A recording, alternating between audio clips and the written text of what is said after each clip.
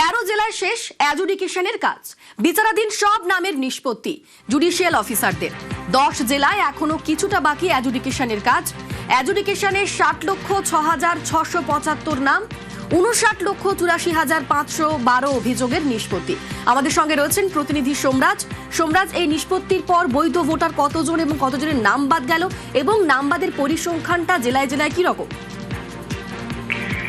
দেখো, দেখা যাচ্ছে এখনো পর্যন্ত 60,06,675 জনের নাম আন্ডার অ্যাডজুডিকেশনে ছিল। গত 28 ফেব্রুয়ারি যখন ভোটার তালিকা প্রকাশ করে নির্বাচন কমিশন, তখন 60,06,675 জনের নাম আন্ডার অ্যাডজুডিকেশনে রাখা হয়। এই আন্ডার অ্যাডজুডিকেশনে যারা ছিলেন তাদের অভিযোগের নিষ্পত্তি জুডিশিয়াল অফিসাররা করতে শুরু করেন এবং সার্বিকভাবে যে তথ্য, সর্বশেষ তথ্য পাওয়া যাচ্ছে তাতে দেখা যাচ্ছে এখনো পর্যন্ত 59,84,512টি অভিযোগের নিষ্পত্তি জুডিশিয়াল অফিসাররা এখনো পর্যন্ত করতে পেরেছেন।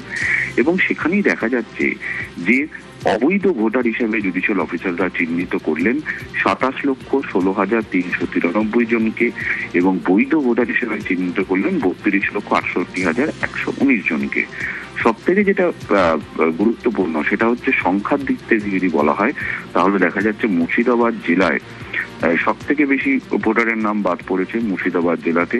কারণ যেটা দেখা যাচ্ছে মুর্শিদাবাদ জেলায় এখনো পর্যন্ত অভিযোগের নিষ্পত্তি জুডিশিয়াল অফিসাররা করেছেন 10,88,808টি। তার মধ্যে 4,55,137 জনকে অবৈধ ভোটার হিসেবে চিহ্নিত করা হয়েছে মুর্শিদাবাদ জেলায়। আর যদি পার্সেন্টেজের হিসেবে অর্থাৎ শতাংশের নিরিখে যদি দেখা যায় তাহলে দেখা যাচ্ছে নদিয়া জেলায় যত সংখ্যক অ্যাডজুডিকেশনে ছিল তার মধ্যে বেশিরভাগই অবৈধ ভোটার হিসেবে চিহ্নিত হয়েছে।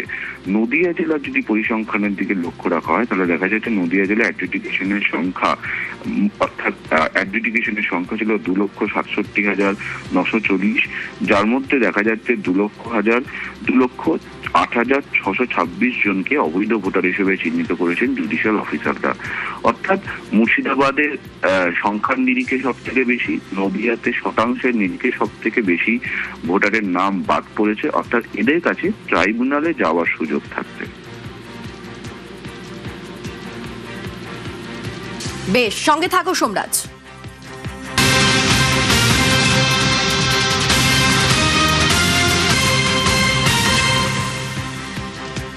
এসআইআর এর কোপে সংখ্যালঘু, মতুয়া, আদিবাসী ভোট অভিযোগে শুরু থেকেই বারবার সরব হয়েছিলেন মুখ্যমন্ত্রী। জেলাভিত্তিক নাম বাদেও একই আশঙ্কা এবং দেখা যাচ্ছে সংখ্যার নিরিখে সর্বোচ্চ নাম বাদ গিয়েছে মুর্শিদাবাদে। কত শতাংশ? আমাদের সঙ্গে রয়েছেন প্রতিনিধি সোমরাজ। সোমরাজ, দেখো, তুমি যদি পরিসংখ্যানের দিকে নজর দাও তাহলে দেখা যাচ্ছে সংখ্যালঘু মতুয়াদের নামই বেশি বাদ পড়েছে। নদিয়া জেলার যে বিধানসভাগুলিতে নাম বাদ পড়েছে সেগুলি বেশিরভাগই হচ্ছে মতুয়া অধ্যুষিত। পাশাপাশি উত্তর 24 পরগনার বাগদা, বনগা মতো বিধানসভাগুলিতে সব থেকে বেশি নাম বাদ পড়েছে। অর্থাৎ এই জায়গাগুলি মতুয়া অধ্যুষিত এলাকা হিসেবে পরিচিত এবং সেখানেই দেখা যাচ্ছে সব থেকে বেশি নাম বাদ পড়েছে। সংখ্যালঘু অধ্যুষিত এলাকা যদি বলা হয় মুর্শিদাবাদ জেলা, কারণ তুমি দেখতে পাচ্ছ মুর্শিদাবাদ জেলায় 4 লক্ষেরও বেশি, 4,55,137 জনের নাম বাদ পড়েছে। বেশিরভাগই সংখ্যালঘুদের নাম বাদ পড়েছে। তুমি যদি মালদা জেলার দিকে নজর রাখো, মালদা জেলায় দেখা যাচ্ছে নাম বাদ পড়েছে 2,39,375 জনের। এর মধ্যে বেশিরভাগই কিন্তু সংখ্যালঘুদের নাম বাদ পড়েছে। তুমি যদি উত্তর দিনাজপুরের দিকে নজর দাও তাহলে দেখা যাচ্ছে উত্তর দিনাজপুরে নাম বাদ পড়েছে 1,76,972 জন। তার মধ্যে বেশিরভাগটাই সংখ্যালঘুদের। অর্থাৎ মালদা, মুর্শিদাবাদ, উত্তর দিনাজপুরের মধ্যে সংখ্যালঘু অধ্যুষিত যে জেলা, সেখানে দেখা যাচ্ছে বেশিরভাগই নাম বাদ পড়েছে সংখ্যালঘুদের।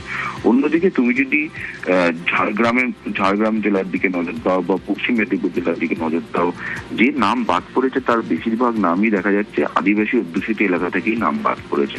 ফলত সেক্ষেত্রে ধরে নেওয়া হচ্ছে যে এই যে আন্ডার অ্যাডজুডিকেশনে থাকা যে 60 লক্ষেরও বেশি ভোটারের নথি, তার মধ্যে সব থেকে বেশি নাম বাদ পড়েছে সংখ্যালঘু ও মতুয়াদের। অর্থাৎ এই অধ্যুষিত বিধানসভা এলাকাগুলি থেকেই নাম। একদমই সোমরাজ, বারবার এই অভিযোগ আগেই করেছিলেন মুখ্যমন্ত্রী এবং 1 এপ্রিল তিনি ঠিক কি বলেছিলেন শোনাবো। তুমি তপশিলীদের নাম কেটেছো বাগদায়, বনগায়, মতুয়াদের নাম কেটেছো, রাজবংশীদের নাম কেটেছো, হিন্দুদের নাম কেটেছো, আর মুসলিমদের তো ছেড়ে দিন, ওরা ঘৃণাই করে, একেবারে বাদ। ওরা জানে না ভোটার অধিকার, সবার অধিকার। স্বাধীনতা আন্দোলনে গান্ধীজিও লড়াই করেছেন, নেতাজিও লড়াই করেছেন, আবুল কালাম আজাদও লড়াই করেছেন, বাবা সাহেব আম্বেদকরও করেছেন, রবীন্দ্র নজরুলও করেছেন।